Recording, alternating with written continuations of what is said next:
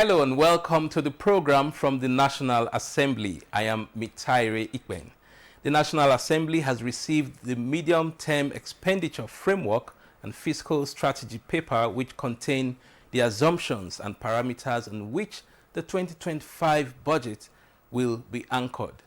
With the MTEF in Parliament, lawmakers will be expecting the 2025 appropriation bill in a matter of days than weeks. We begin the program today with the House Plenary of November 19, 2024.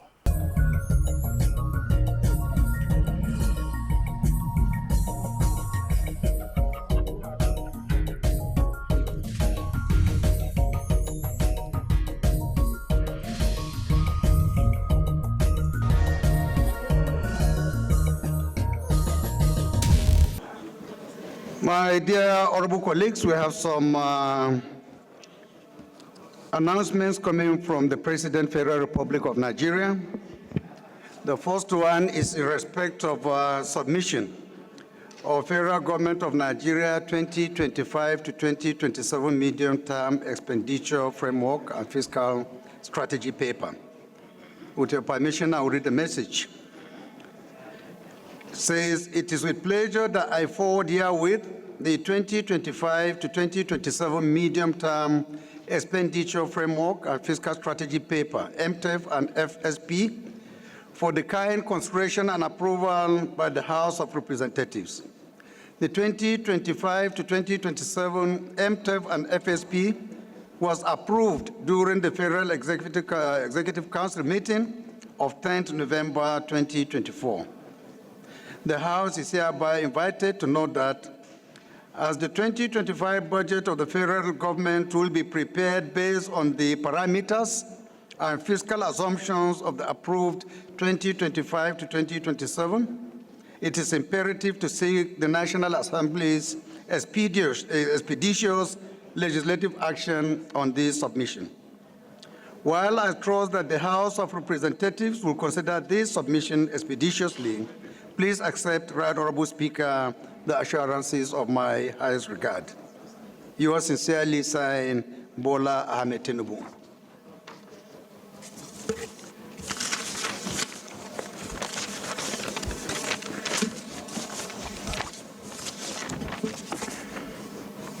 We also have another announcement coming again from the President of the Federal Republic of Nigeria. This time it is in respect of transmission of the National Social Investment Program Agency Establishment Amendment Bill 2024 for considerations of the National Assembly.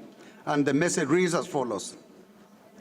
Pursuant to Section 58, subsection 2 of the Constitution of the Federal Republic of Nigeria 1999 as amended, I forward herewith for the consideration and passage by the House of Representatives the National Social Investment Program Agency Establishment Amendment Bill 2024 for the amendment of the National Social Investment Program Agency Act 2023.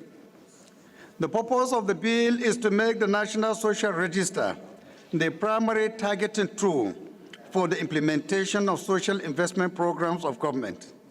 This will ensure our social welfare programs are data-driven and implementation processes are transparent, targeted, dynamic, and effective in delivering social protection benefits to vulnerable Nigerians.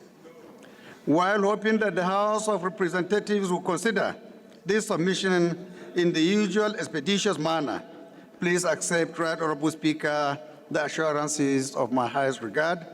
Yours sincerely, signed, Bola Ahmed Tinubu. Again, we have another announcement still coming from the President, Federal Republic of Nigeria. And this time around, it is in respect of request for the resolution of the National Assembly for the implementation of the new external borrowing of 1,767,610,610 321,779 naira, which is about the equivalence of $2.209 billion in the 2024 Appropriation Act. And the message reads as follows. In accordance with the provisions of Section 21, subsection 1, and Section 27, subsection 1 of the Debt Management Office DMO Establishment Act 2023, and the approval of the Federal Executive Council, I write to request for a resolution of the National Assembly to raise the sum of 1,767,610,321,779 naira, equivalent of 2,209,512,902 at the budget exchange rate of USD 1 to 800 naira, provided as new external borrowing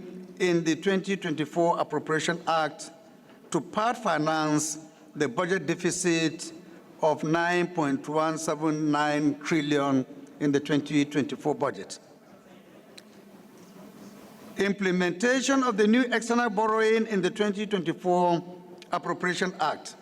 The Right Honorable Speaker, I may wish to recall that the 2024 Appropriation Act approved the sum of 7,828,529,477,860 naira as new borrowings to part finance the 2024 budget deficit of 9.179 trillion naira. The total new borrowing of 7.828 trillion was further subdivided into new domestic borrowing of 6.061 trillion naira and new external borrowing of 1.76 trillion naira. Table 1 below clarifies the makeup.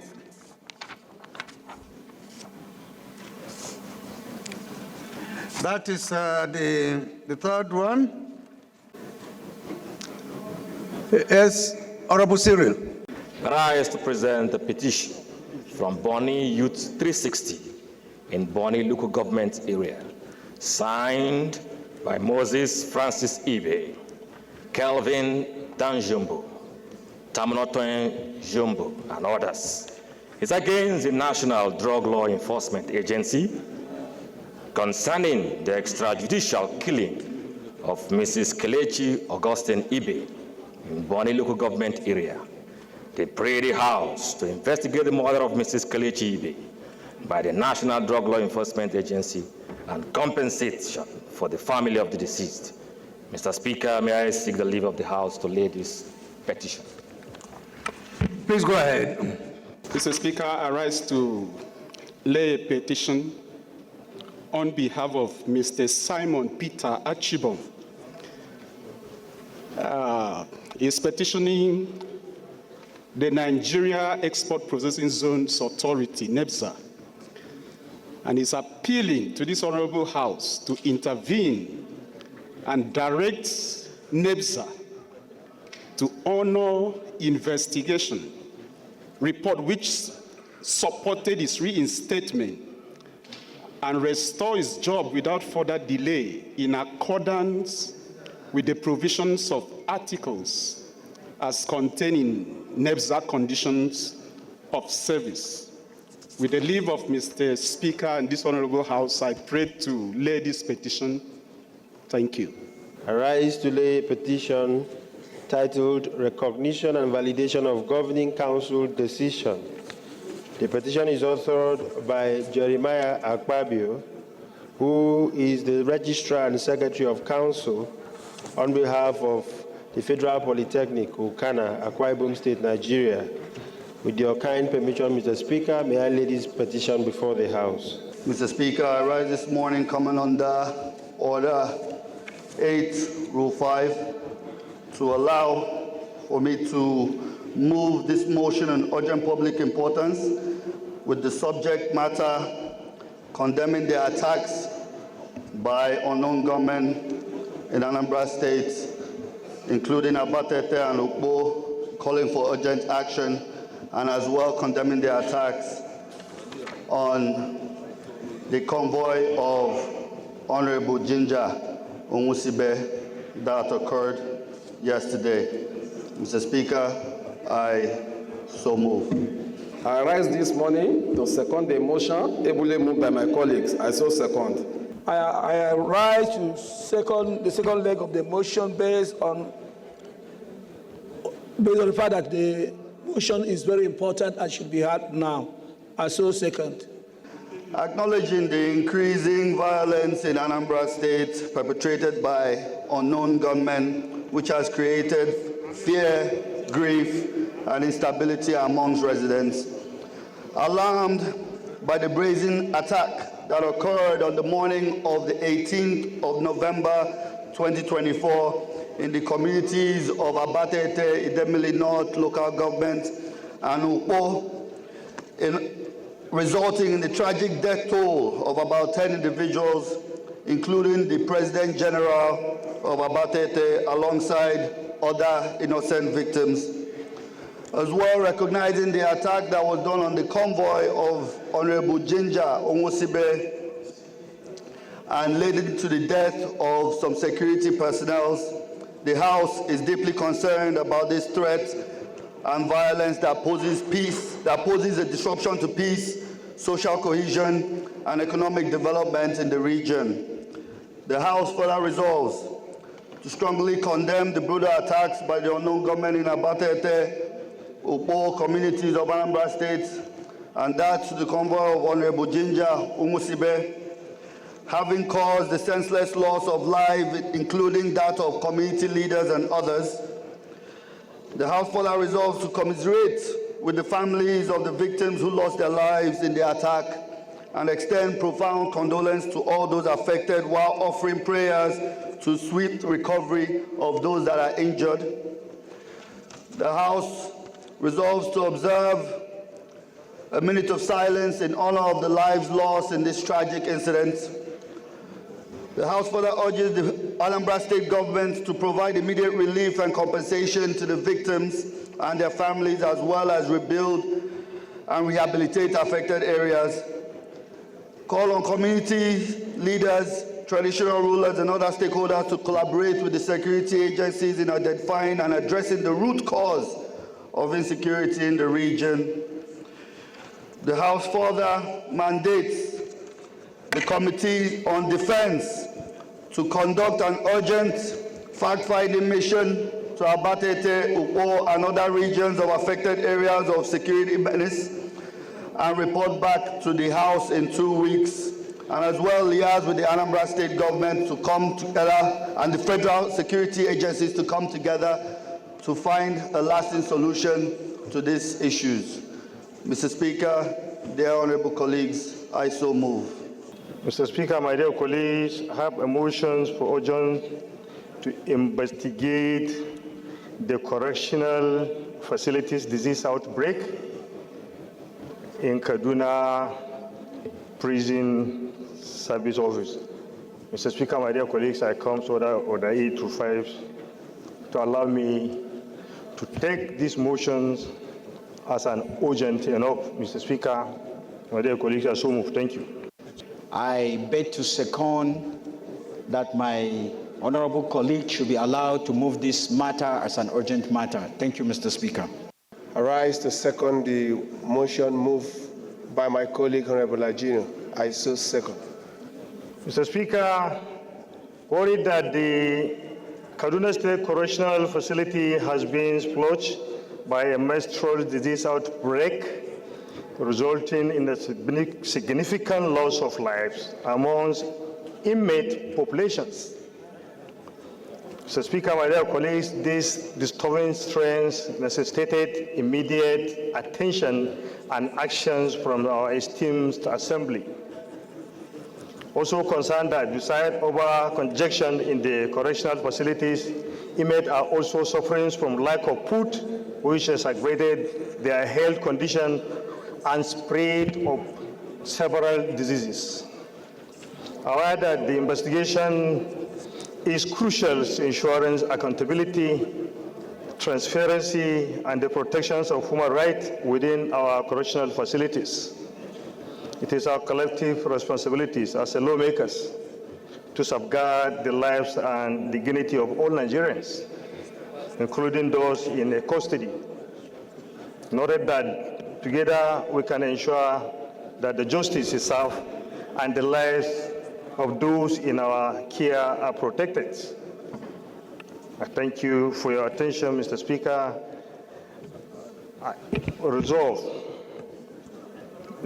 to conduct an urgent investigation into the cause of this diseases outbreak of Kaduna correctional facilities. Number 2, to identify the measures to prevent future occurrence of and ensuring the health and well-being of inmates and staffs. Number 3, to collaborate with the relevant agencies to provide immediate medical assistance and support to affected individuals. Number 4, to do a minute silence for those that are recently dead in these correctional facilities. Mr. Speaker, my dear colleagues, I so move. Thank you. I rise to second the motion ably moved by my colleague. I so second. I arise this morning to move a motion of urgent public importance standing from Order 8 through 5 with the topic of need to revitalize the vocational skill acquisition centers under the National Directorate of Employment, NTA, in Nigeria. Mr. Speaker, honorable colleagues, I request that this motion be allowed to be moved by myself under this Order 8 Rule 5 as important enough and urgent enough to be moved. Thank you, Mr. Speaker. I rise to second a motion ably moved by my colleague. I so second. I hereby rise this morning to second the second leg of this motion. I so second, Mr. Speaker. Thank you. The House further notes the current status of skill acquisition centers in the 6 geopolitical zones of Nigeria managed by the National Directorate of Employment, NDE, reveals a critical need for revitalization. Many centers across various states are non-functional, largely due to building dilapidation, vandalization, and lack of maintenance. Essential resources and tools for training are often missing or outdated, further hindering their ability to deliver effective vocational skill training. The House is cognizant that these centers designed to offer crucial skill sets such as hairdressing, ICT, GSM repair, soap making, radio and TV repairs, plumbing, carpentry, automobile, fabrication, satellite installation and maintenance, shoe and bag making, electrical installation, welding, computer operations, etc., are vital for reducing unemployment and fostering entrepreneurship. Yet these deteriorating conditions have significantly limited their impact. Immediate intervention is required to restore functionality and ensure these centers fulfill their potential in adequately equipping Nigerians for the present and future economic viability through skill acquisition, particularly the youths. The House is aware that currently there are 87 NDE managed skill acquisition centers across the 6 geopolitical zones of the country, where 54 centers are barely functional, while 33 centers remain non-functional, raising concern about the overall effectiveness of the initiative. To maximize the impact of these centers, it is crucial to ensure that all of them nationwide are operational. The House is further aware that these skill acquisition centers are located in different centers across the following states: Imo State, Bauchi, Kebbi, Katsina, Gombe, Rivers, Anambra, Kaduna, Niger, Yobe, Osun, Edo, Enugu, Ekiti, Adamawa, Oyo, Borno, Sokoto, Ondo, Ebonyi, FCT, Delta, Cross River, Abia, Akwa Ibom, Ogun, Jigawa, Benue, and Kwara states. These centers are spread across the country, indicating the broad reach of the NDE's vocational training initiatives. The House is concerned that the increasing number of non-functional skill acquisition centers in Imo State and other parts of Nigeria is a matter of great concern. With 33 centers currently non-functional, the intended goal of equipping the nation's youth with essential vocational skills is being undermined. This situation is contributing to rising unemployment, as these centers were designed to offer critical training in areas such as computer operations, welding, hairdressing, shoemaking, satellite installation, etc. Skills that are crucial for self-employment and economic empowerment. It should be noted with nostalgia that Nigeria now relies on foreign nationals from mostly West African countries like Togo, Benin Republic, Cameroon, etc., to fill the medium-skilled labor market gap.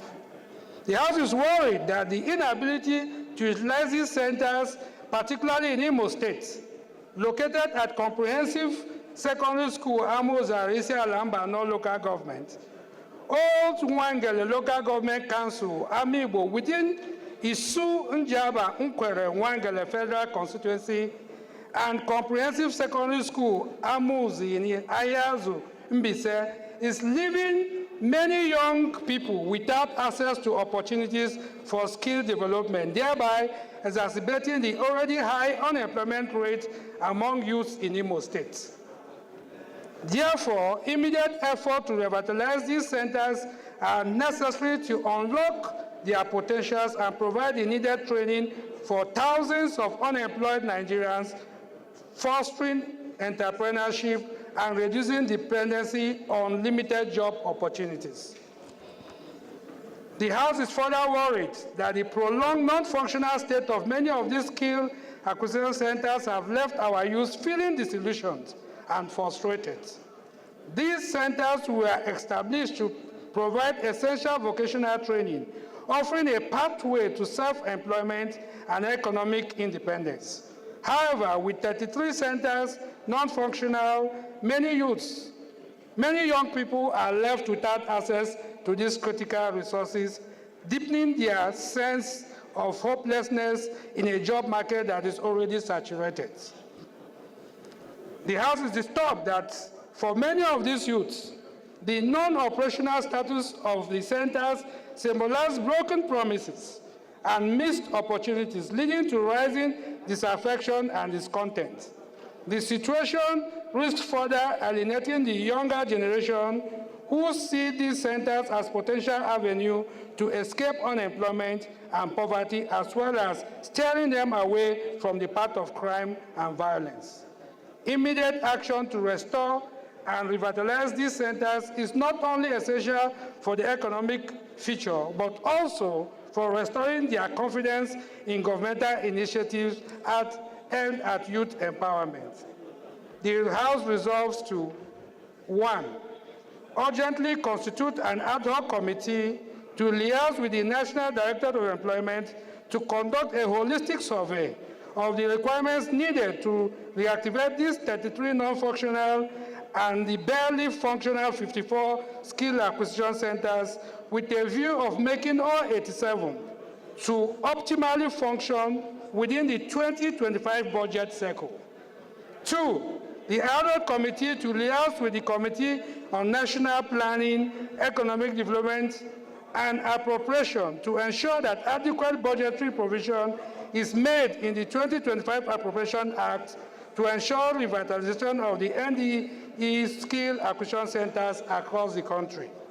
3, Mr. Speaker, take any additional measure deemed necessary to support and advance the objective of this motion and report within 2 weeks for further legislative action. Mr. Speaker, dear colleagues, I so move. My amendment is to his prayer 1, where it said another committee should be formed. The NDE is under the Committee on Labor and Productivity, and I expect that the committee should be the one to handle this. Thank you so much. I so amend. I rise to second the amended motion as proposed by my colleague. I so second. Thank you.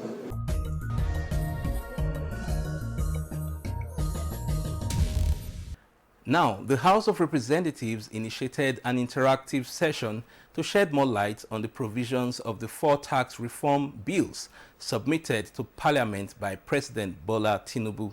Government representatives at the interactive session offered explanations on the intent and purposes of the bills.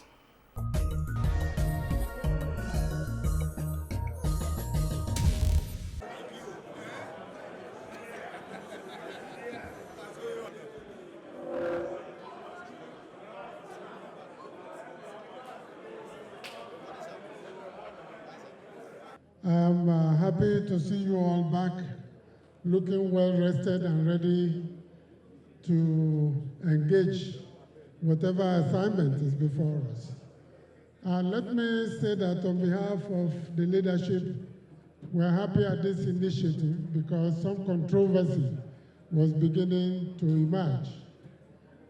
Be that as it may, the submission or the transmission of those bills to the National Assembly should be a wake-up call to legislators, to members of the executive at all levels, to begin to think of how to diversify their respective economies. They should begin to think about expanding the tax net, begin to think of how to attract investors, locally and internationally, begin to think about joint projects. I believe when we think in this direction, we'll be expanding the tax base and rely less on the federal allocation to states that seems to be scary to many of our leaders. But I want to thank Mr. Speaker for this opportunity for us to have an interaction with experts so we also better understand the issues involved in these bills, so that when we get to the floor of the House, we'll be able to contribute meaningfully, productively, and constructively. I wish us a wonderful deliberation in this interactive session. Thank you very much. Tax policy is more than a fiscal tool. It is a catalyst for progress, a vehicle for opportunity, and a foundation for inclusive prosperity. Tax reforms should be rooted in our collective aspirations to create a tax regime that works for all Nigerians, regardless of their economic standing. Most distinguished colleagues and our invited guests, streamlining taxes should aim at incentivizing key sectors where taxation drives innovation, empowers businesses, and uplifts the most vulnerable among us. In this regard, we expect more insight into how tax reforms incentivize digital economy, how it supports small businesses and low-income households, and more importantly, how the zero-rated value-added tax works or should work. In simple terms, what mischief do we intend to cure? What is the existing tax regime? And where do we want to go from here? Honorable colleagues and our invited guests, it is crucial for these provisions to be articulated clearly, highlighting how they align with the overarching goal of engendering equity, driving economic growth, and ensuring that no section of society is left behind. It is very clear to Nigerians that there will be no need to harmonize taxes, eliminate nuisance levies. There will be a great need to harmonize taxes, eliminate nuisance levies, and streamline incentives, which will engender a more equitable and transparent tax system. This section, finally, is a reflection of the strength of our democracy, bringing together policymakers, stakeholders, and citizens to deliberate on tax reform. This tax reform represents a shift towards a sustainable fiscal framework, including where effective taxation is a tool for creating opportunities, reducing inequalities, and enabling every citizen to thrive. In conclusion, as these bills proceed through the legislative process, there will be opportunities for Nigerians to air their views and actively participate in shaping the final outcome. Advocacy will also play a pivotal role in ensuring that citizens understand the objectives and benefits of this reform. I encourage you today to deliberate. I encourage you to ask questions. I encourage you to understand more so that we'll make a refined and a well-rounded contribution towards this tax reform. That is what parliaments do. We deliberate. We get knowledge that will aid us towards going in one direction or the other with regards to our legislative interventions. And I expect at the end of this conversation, we'll find reasons to go with it or find reasons to debate on one of the gray areas that we need to sharpen up. Thank you very much and welcome to this deliberation. Let the conversation commence. So we are here today as an observer to listen to the process of law because our duty is only implementation. We are not a policy formulator. We only listen, and whatever the law that is passed down to us, we implement. And as we start this wonderful legislative and historic moment, I pray Almighty God guides all of us, that at the end of the day, the product that we will have after this interactive will be the benefit and betterment of our nation. Thank you very much. The economic stabilization bills could not have been tabled before the National Assembly at a more auspicious time. From 2015 to 2023, the nation's gross domestic product had declined by 40%. To have a good understanding of what this implies is to consider how the pounding, bombing, and awesome destruction that the Russian Federation is unleashing in Ukraine in the last 2.5 years has only knocked off 25% of that country's GDP. We must ask ourselves whether or not we are at war to have lost 40% of the GDP. The growth that we have been talking about is based on a low threshold, having already come down to that level. We are growing at a rate of 3%, sometimes slightly lower. And our population is growing at about 3%, meaning that the growth rate we are generating is very marginal. We do not have the revenue to reignite the process of growth.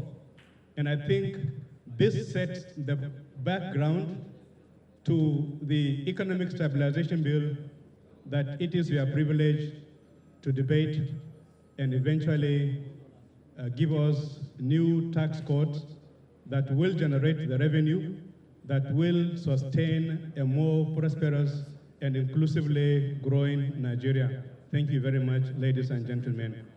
I believe that at the end of today, we'll be able to be fully briefed as to the full contents of the bill.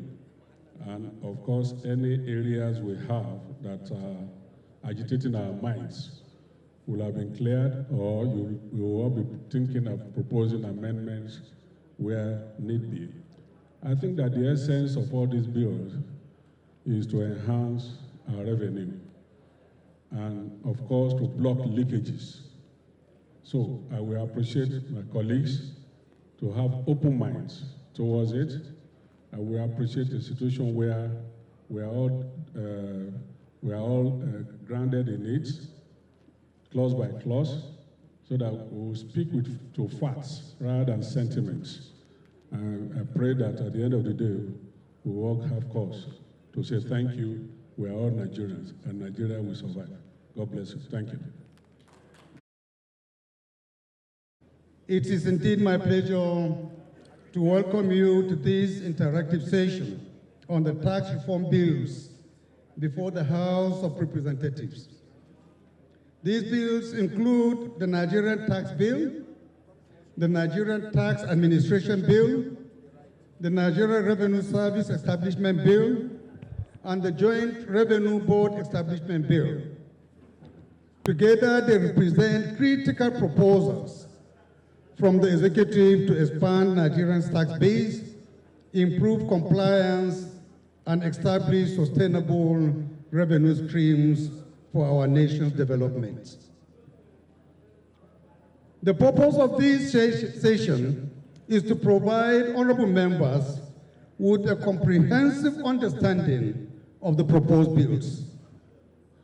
It is designed to deepen our appreciation of the provisions, commence constructive dialogue on contentious or controversial areas, and build the consensus necessary to provide versions of the bills that align with the interests of the executive, the legislature, subnational governments, and the Nigerian people.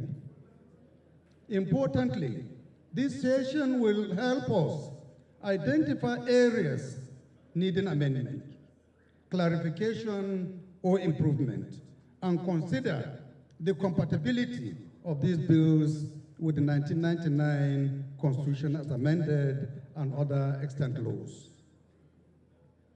Tax reforms are a cornerstone of our House legislative agenda because of their central role in achieving sustainable economic growth and development. In every modern state, taxes are the bedrock of public revenue, providing the resources required to deliver education, healthcare, infrastructure, and security. Yet, Nigeria, being Africa's second largest economy, struggles with a tax to GDP ratio of just 6%, far below the global average and the World Bank's minimum benchmark of 15% for sustainable development. This is a challenge we must address if we are to reduce our reliance on debt financing, ensure fiscal stability, and secure our future as a nation. The proposed tax reform bills aim to diversify our revenue base, promote equity, and foster an enabling environment for investment and innovation. However, as representatives of the people, we must approach these reforms thoughtfully, understanding their potential implications for every segment of our society. Taxes should be fair, transparent, and justifiable, balancing the need for public revenue with the burdens they impose on individuals and businesses. Honorable colleagues, pre-legislative scrutiny is a well-established practice in many parliaments worldwide. It allows lawmakers to thoroughly review proposed legislation, address ambiguities, and ensure alignment with constitutional provisions before formal consideration.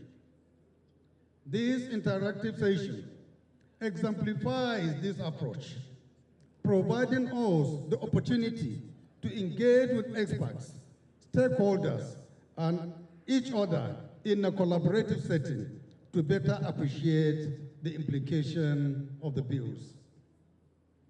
The controversies surrounding these bills, whether in the media, civil society, or among governance stakeholders, are a reflection of their importance. Such debates are healthy and necessary in a democracy, and this session aims to channel those discussions into productive outcomes. It is critical that we listen to diverse perspectives, ask probing questions, and seek clarity on any unclear provision. Let me be clear. The House has not taken any definitive position on these bills.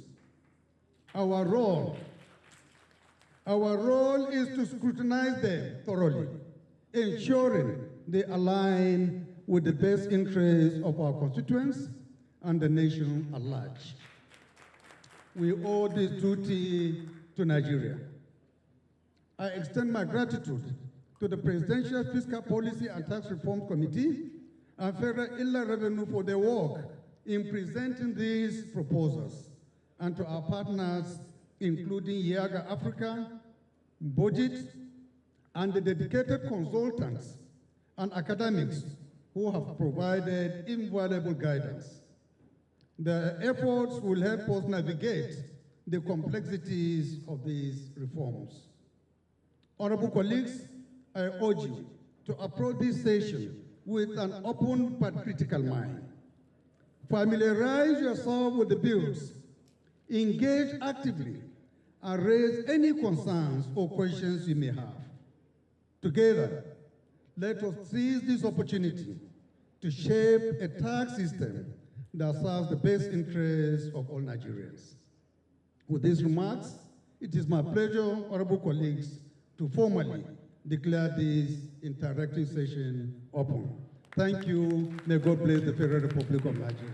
So first is to set the context of where we are as a country in terms of our socioeconomic reality. On the next slide, this is the slide. To the right of that screen, and apologies if it's too small, it shows the multidimensional poverty index calculation. This was done about 3 years ago. At that time, 133 million Nigerians were living in multidimensional poverty. This was before removing fuel subsidy and floating the naira. If we reconduct that study today, you will agree with me that that 133 million people would have increased by double-digit percentage. What are the dimensions of poverty? Our people are deprived of basic education. Our people are deprived of health, including nutrition and food. Our people are deprived of living standard, including safe drinking water, as well as sanitation. Our people are deprived of decent employment, and there are issues with insecurity. So these issues are the reason why the majority of our population live in poverty today. Our economy is not growing as it should, and the DG budget said that. Even over the past decade, our economy has declined. Our inflation rate is high, and God forbid bad things, like we normally say in Nigeria. So this currency that I hold in my hand is 100 trillion Zimbabwe dollars. So I got this in 2008 from my friend who works in Zimbabwe. And he said to me that this currency cannot buy a loaf of bread. So I gave him $10 US, and he's still appreciative till tomorrow. Because I wanted to keep this as souvenir. 100 trillion, not able to buy a loaf of bread. This is the danger we face as a country if we don't address our issues and take the right decisions on time. Once you get to a point that the only thing government can do to fund the budget is to keep printing notes, God forbid, this is the outcome. It's very predictable. We are having 33% inflation. These guys were having inflation in million percentage, when they tell you inflation is 20 million %. We have low revenue of government, and we have high public debts, and the cost of sweat. including paying salaries of civil servants. Although the rate has been coming down but remains high in terms of the percentage of our revenue that we use to serve, many businesses are closing down. Those that are not closing down are reducing the size of their operations, including closing some plants and factories. This is an alarming trend that we cannot allow to continue. We also have immigration, some of our people who are trying to find other countries to go and live and work, as well as some investors who are thinking about, do I have to actually operate from Nigeria? Why can't I go to Ghana and under the ECOWAS Treaty, an African trade agreement, I will import to Nigeria, so why do I have to stress myself to operate from Nigeria? But I also have to remind us that it's not all gloom and bad news. We have things that are working for us as a country. We need to recognize those and amplify them. We have areas where we need to do better. We need to recognize those as well and do something about those challenges. So on this slide, what I've done is to try and summarize what I call the work in progress, the areas where we need more improvement and the areas that are positive. For example, our exchange rate is not where it needs to be, 10% or 10%. The base is just too small. It cannot fund our development. So if you look at the next slide shows our major revenue sources as a country, and there are 8 of them. The 8 major revenue sources for us as a country is personal income tax. The second one is property tax. The third one is stamp duties. The next one is value-added tax. And the next one is land. These first 5 are mostly controlled by the states. And then down you have 3 that are shared amongst federal, state, and local governments.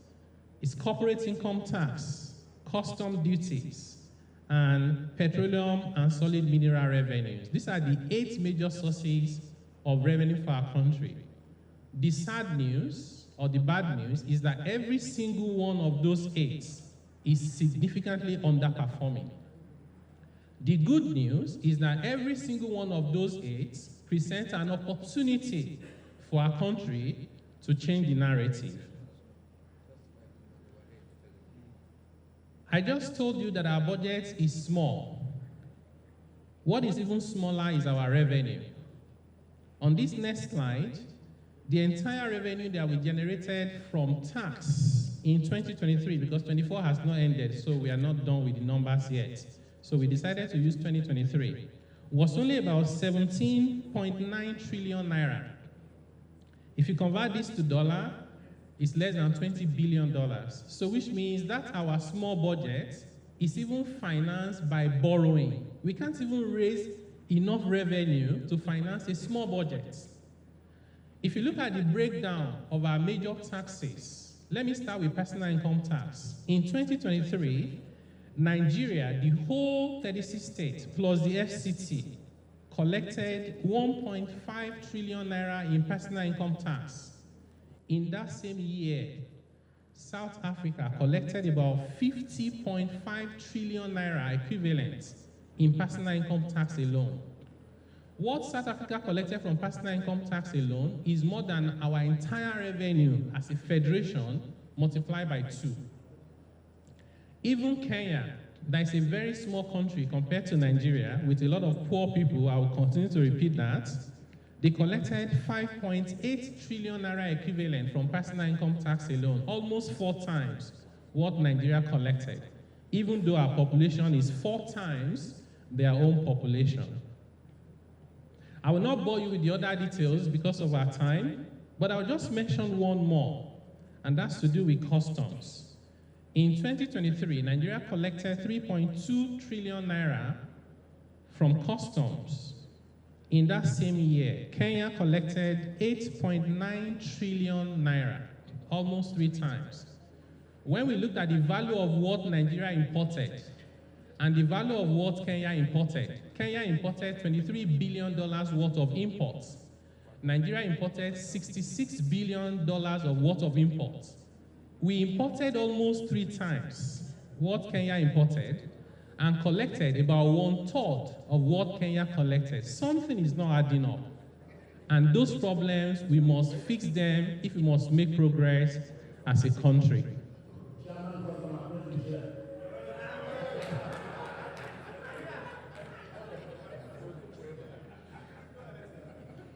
We know that the Nigerian Customs Service are doing their best. We are just saying that we can do more and we can do better. Some of these issues are not isolated to any agencies. They are issues to do with the system and how the system can work. One other very important study I need to share with you, Your Excellencies, is we conducted a study about national tax perception and tax morale. And this was done by the Nigeria Economy Summit Group. I had the privilege to lead the roundtable that did the study. We were asking Nigerians whether they would like to pay their taxes and whether they think those who don't pay their taxes should be punished. We were alarmed at the result that we got. Only 17% of Nigerian adults, 1/7, believe that they should pay their taxes and that evasion is wrong and punishable. 83% of Nigerians will do anything but pay their taxes. When we asked them why, they said, number one, that they do not trust government. Number two, they said even the little that they have paid, what are they getting in return? Many of them said after paying the taxes, they have to take care of everything government is supposed to take care of. Number three reason they gave is that even when they want to pay the tax, the process is complex and is corrupt. 2 in 3 adults said they were asked to pay a bribe in the process of wanting to pay their taxes. Bear in mind that this study covers all levels of government, so we're not pointing fingers at anyone. We're just being honest with ourselves, because recognizing the problems we have and acknowledging them is 50% of finding the solutions. When we ask these Nigerian people, what can government do to make you change your mind and start paying your taxes? Of course, they want transparency so they can trust government.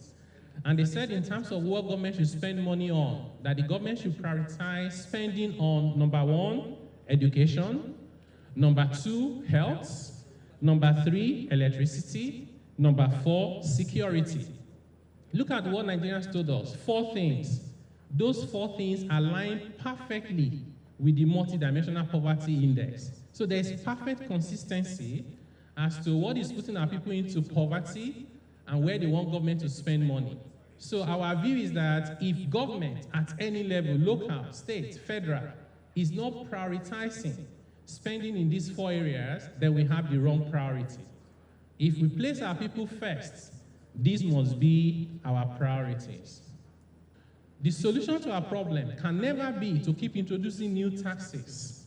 Rather, it's to get rid of the nuisance taxes and have a few ones that are broad-based, high revenue yielding, easy to collect, and hard to evade, and maximize the collection from those few taxes. As bad as what is on the screen looks like, the unofficial numbers are even worse, but let's not even go there. So, having said that background, what is it that we are proposing in those tax bills?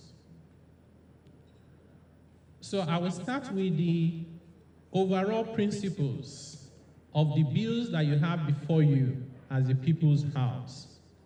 The first principle is we want to do away with nuisance taxes that yield very low revenue, they have very high cost of collection, they place a lot of burden on our most vulnerable people and small businesses. Number 2 is to focus on high revenue yielding taxes that are broad-based and easy to collect. Then merge taxes and levies that are imposed on the same or substantially the same taxpayer and tax base. Why are you asking me to pay 4 taxes to do with the environment? Maybe we should just pay only 1. Merge them, so that way it's easier for me to comply. Keep the total number of taxes across all levels of government to a single digit, not more than 10. And institutionalize the reforms so that they are not easy to reverse. We know that, if you are lucky and you have people in leadership and they want the best for the country, there is no guarantee that another regime will not come and reverse it. So part of what we are trying to do is, if we can institutionalize these reforms, so it will be hard for anybody to undo them once we agree that they are the right thing for us to do. So in the Nigerian tax bill, we have issues around income taxes are covered, value-added tax, excise tax, stamp duties, development levy, and the other taxes that are not in those tax bills, including customs duties, property tax to be collected by state and local governments, and harmonized levy to be collected by local government. Those are not in the bill, so it's just for mention at this time. In terms of the structure of the bills, we have the policy direction is to ensure simplicity, harmonization, alignment with our economic objectives. We cannot have an aspiration to be a great country and our policies are frustrating businesses. Those two things cannot be aligned. Tax neutrality, competitiveness, tax certainty, taxpayer focus, modernization, efficiency, evidence and data-driven policies, and global best practice. So the four bills that you have before you are the Nigerian tax bill, the Nigerian Tax Administration Bill, the Nigerian Revenue Service Establishment Bill, and the Joint Revenue Board Establishment Bills. So what I will now do is to take the first two, as you have assigned to me. I'll take the first two bills and run through the highlights of the key proposals in those two bills. We're going to start with the Nigeria Tax Bill. So this bill is trying to essentially help us bring together all our major taxes into one tax law, so that you can just go to one tax law and find the taxes you need to pay, instead of finding 15 taxes. And when they are amended, you are even more confused. It's already hard to pay taxes. We should not be struggling to find out how much we need to pay. A proposal in the bills before you, particularly the Nigerian Tax Bill, to make necessary amendments to ensure that when a company is operating in Nigeria, it pays taxes on its worldwide income. But if you are not a resident company in Nigeria, you should only pay tax on the income that is derived or earned from Nigeria. What we have currently says you pay tax on income derived, income earned, income received in, income brought into Nigeria. So if I'm a foreign company, why would I bring my money to your country if the first thing you do is to tax it? That is against investment, because for me to invest in your country, I need to bring my money in. But it does not mean that you should collect tax immediately. Don't tax investment, don't tax capital, and don't tax production. These things are against development. So we have recommended relevant changes in that regard. Number two, we have recommended eliminating minimum tax on companies that are making losses. In Nigeria, we have a provision in our law today. When you set up your business and you're unlucky not to make profit, the law says, well, we are sorry that you cannot make profit, but you must still pay government some tax. When you do that, you are making the company pay you tax from their capital. That's the fastest way to kill a business. In some countries like the US, you make a loss, they allow you to go and sell the loss and collect money. In Nigeria, we say, we are sorry for your loss, but you must pay tax. This is not ideal. So we have recommended to the National Assembly for this to be removed from our tax laws. Next is we have a recommendation in terms of a non-resident person, a foreign company, should not become liable to tax in Nigeria just because they employ Nigerians to work for them remotely. We know of countries like Philippines. I get the waivers. My brother that is not a highly connected, honest person doing his business cannot compete with me because me, I'm not paying taxes. If I don't like his face, I will price him out of the market. And very soon you have a country where only criminals can do business, because it will no longer make logical sense for any honest person to do business. Why should I do business if what I have to give government is more than 100% of what I make? All of us will stay at home and be praying to God for the next meal. But we also know that prayer alone cannot feed a nation. We also have proposals. By the way, this Nigerian tax bill is the biggest of the 4 bills, so this is the last slide I have on it, so just give me a little bit more time. I'm very mindful of your precious times. So another one is introduction of priority sector incentives. So what we have today is what we call the pioneer status incentive. Some companies have been operating in Nigeria since independence. They are still pioneer, collecting incentives, right? That's not right. So we said this our pioneer service is confusing. Can we not have a different model of tax incentive? We call it priority sectors. What does that mean? What sectors do we consider as very important to us as a country? What incentive should we give each sector? It cannot be one brush for everybody. Maybe what you need to do for creative sector might be different from what you need to do from fintech. Then we say to ourselves, why can't we have a regime where the amount of tax benefit we are giving you is known so that government is not just throwing money away in the dark? And that amount can be measured and reported every single year. So the lawmakers can say, well, this amount is too much that you are spending, stop it. Another thing we put in the proposal before the National Assembly is a sunset provision for every sector we identified. We say this sector, maybe we need to support them for the next 15 years, maybe next 10 years. So if the National Assembly passes these bills, from the effective dates, in 10 years' time, nobody can come for incentive in that sector anymore. Of course, the National Assembly always has the powers to amend the law. But as we stand today, we are saying we should not have tax incentives that are limitless and they are not time-bound. It's a waste of our scarce resources. The next one is we realize that many Nigerian companies are trying to go abroad. That's what we want them to do. We want multinationals to come from Nigeria. But when they go abroad and they earn any income, they pay tax over there. Our tax law says when they come back, they also pay tax.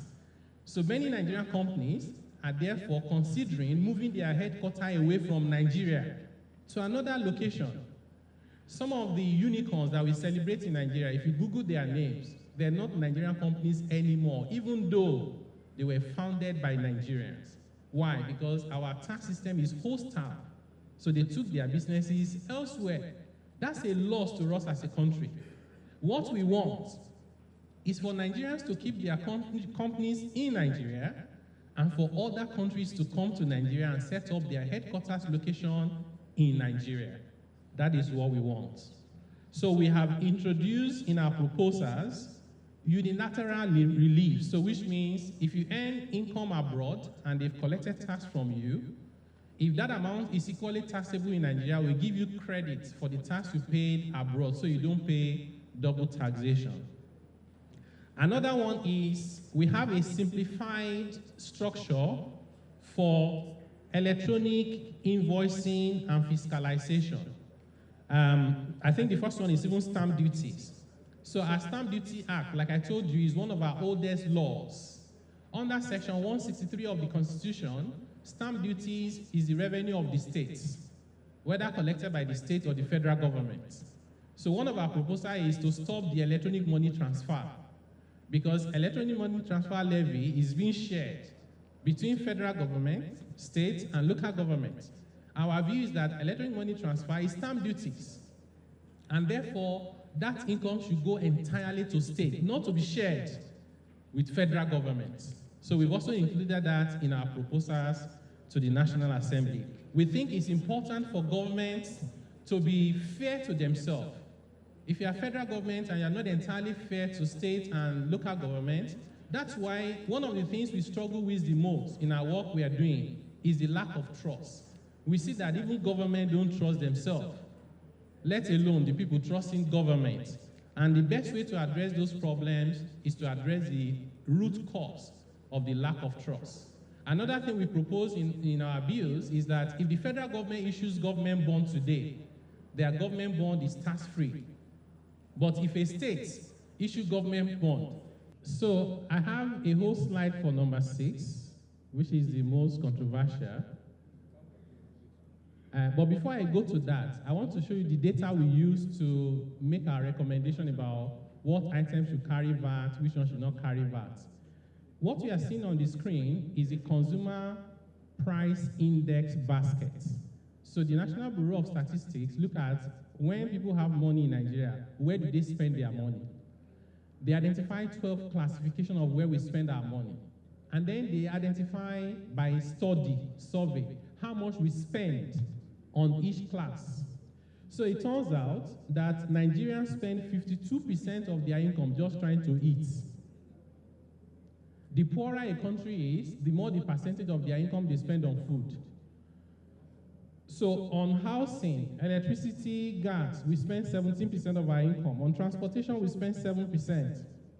On education, we spend 4%. On health, we spend 3%. Those items that I just highlighted are the ones we consider essential to the survival of any human being. And we've identified them to reduce or remove the VAT. So those things constitute 82% of where Nigerians spend their money. So in other words, I can put it this way, that a poor person in Nigeria, if these are bills are passed, a poor person in Nigeria, for every 5 things that they buy, 4 will not have VAT. They only pay on 1.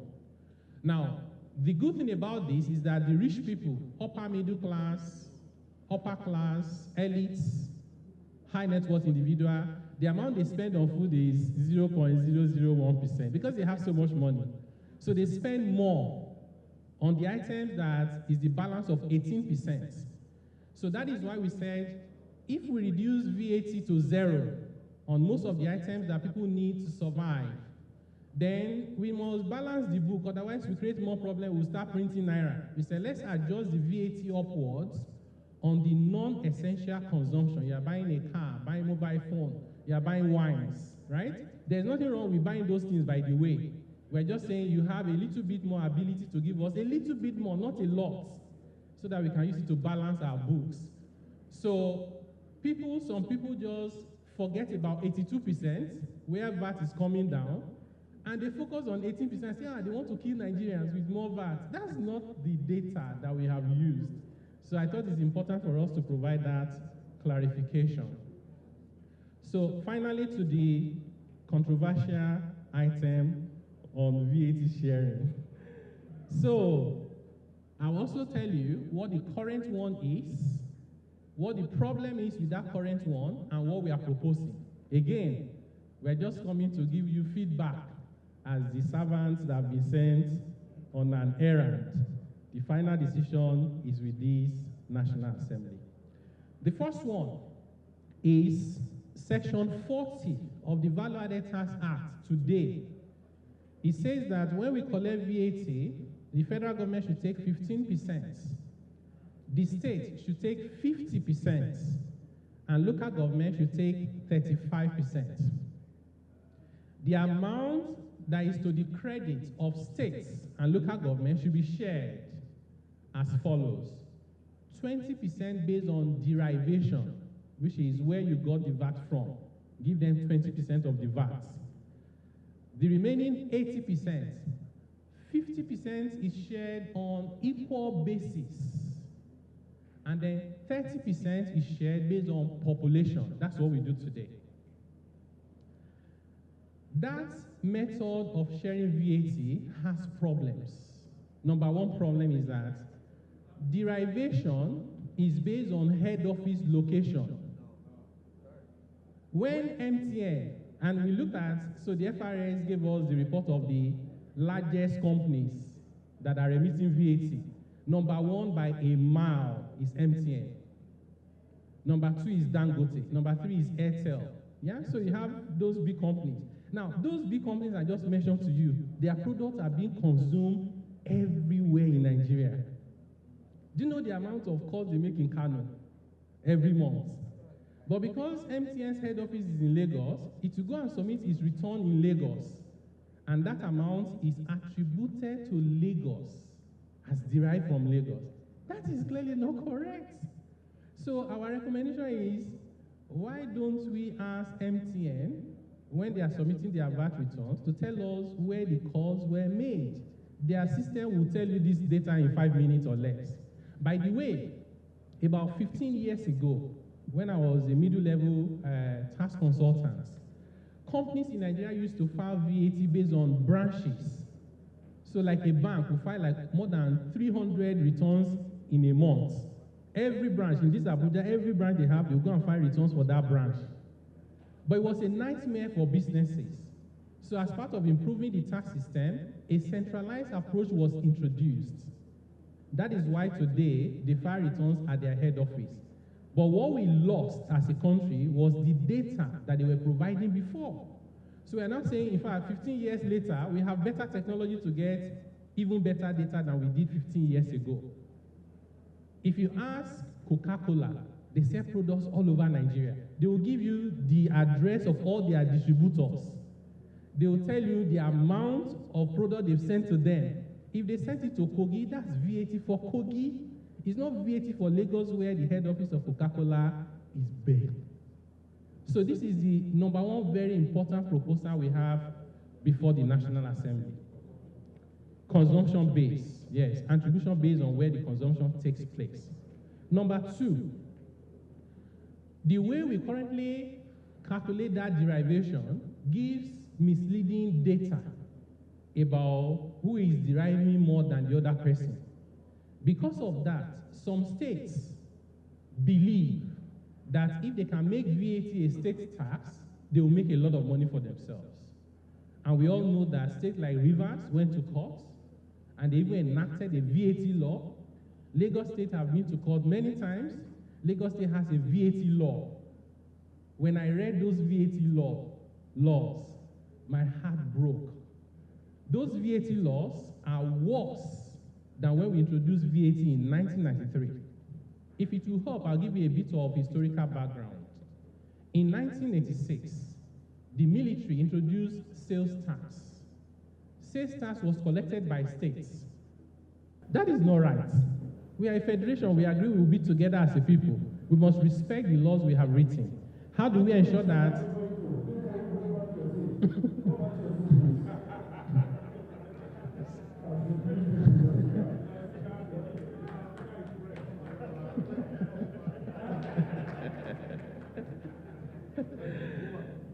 All right, so we want to unify the identification, and we think we should use NIN. So if I have NIN and pay my tax in Kogi, in Borno, you should respect it. If I want to buy land in the FCT, just accept it, if I've been honest with it.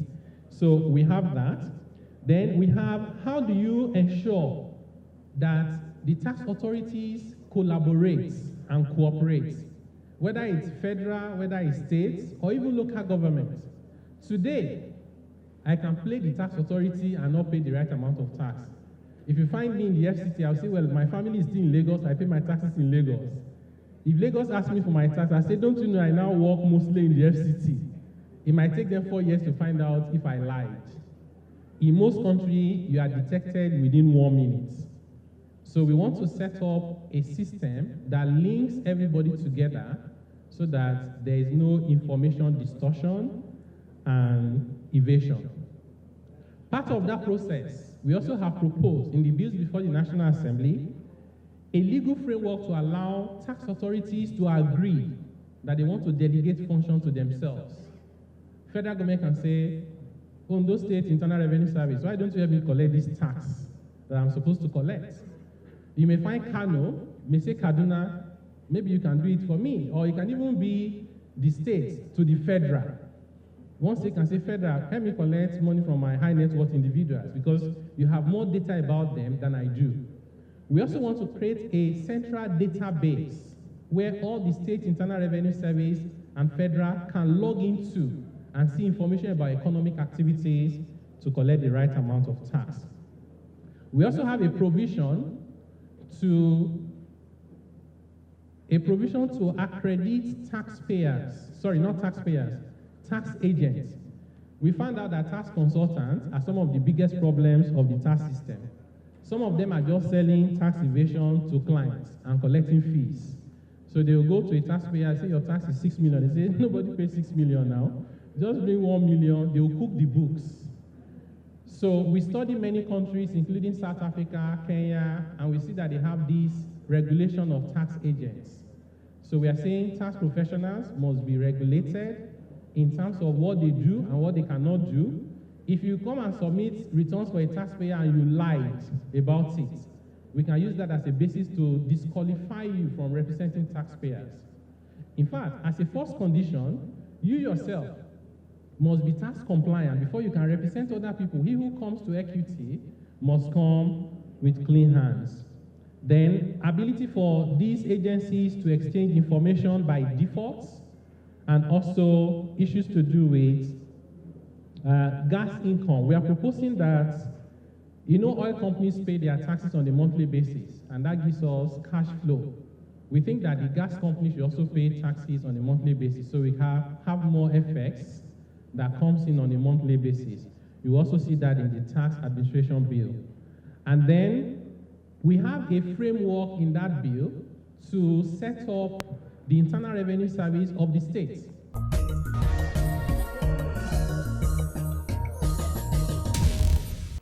And we had a chat with Representative Patrick Umor to give insight into some of the bills and issues in Parliament.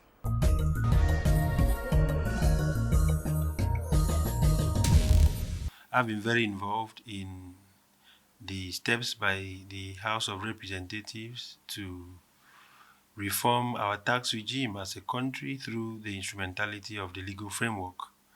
The basis is that it is our responsibility as a parliament to make laws that can engender economic growth in our country, and one of which is the consolidation of tax laws for a seamless tax regime that can unbundle the economic challenges we have in our country today and improve our revenue generation, the gross domestic product of our country, and place Nigeria on a global map.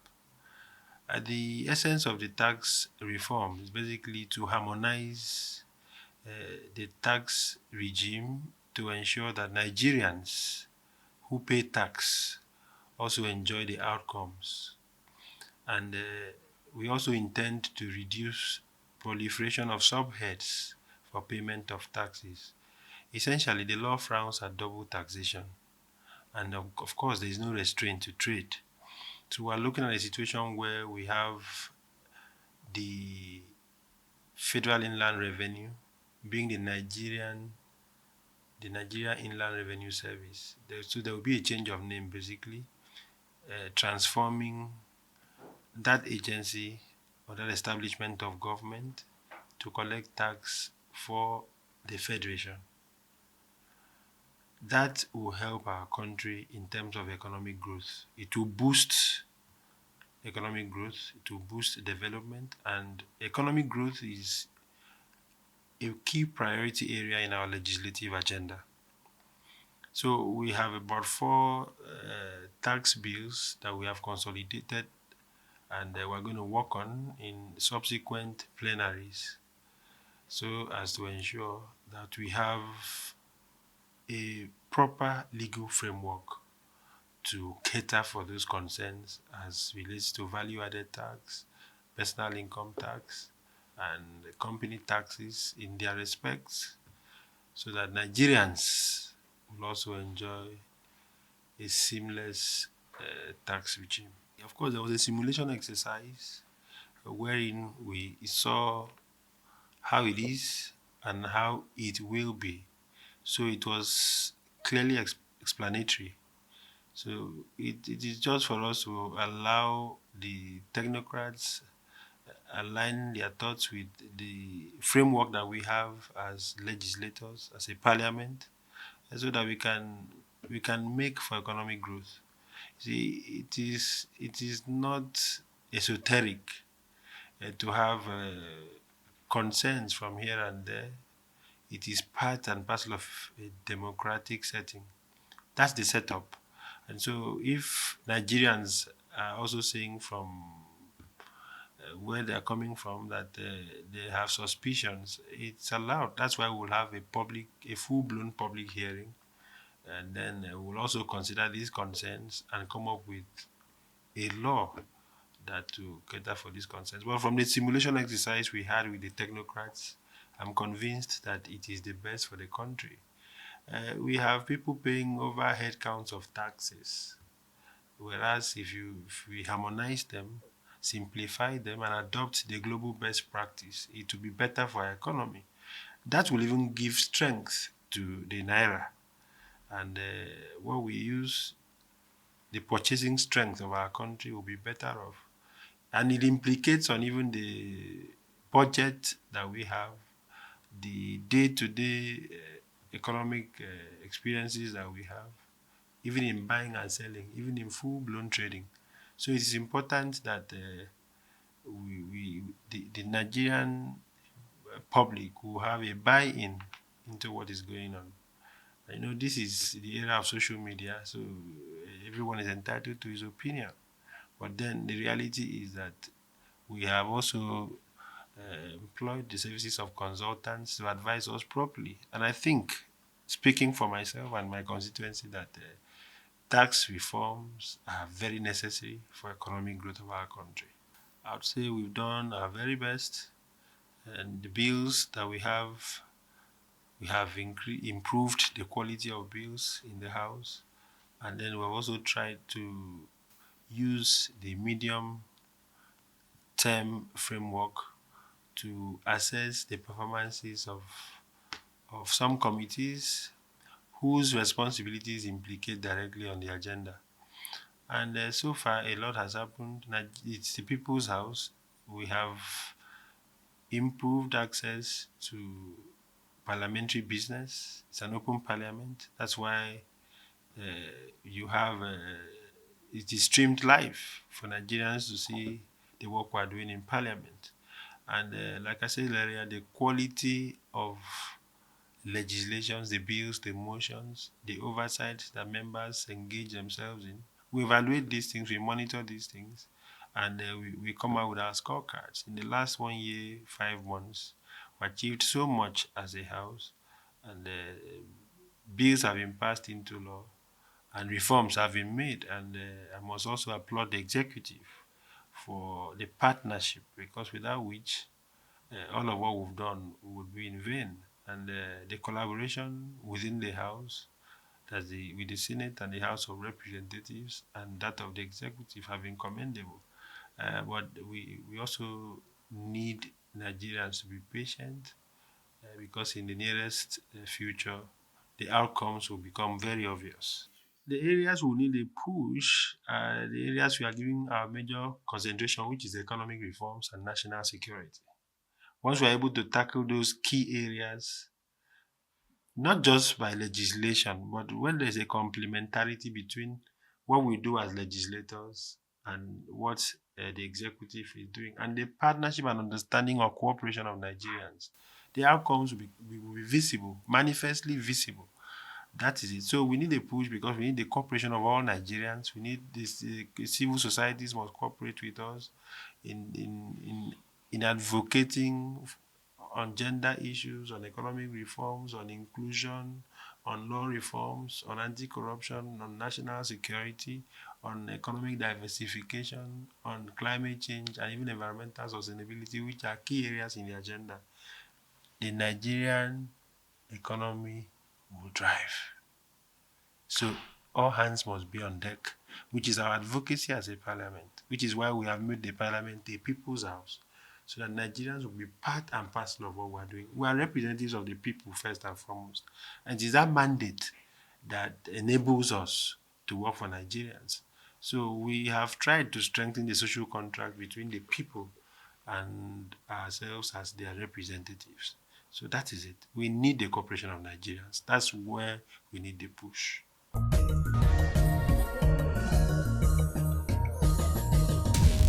And that was Representative Patrick Umar providing insight into some of the bills and issues in Parliament. That concludes this episode of the program. Do join us again next week for a fresh episode. I am Mitaire Ikben. Bye for now.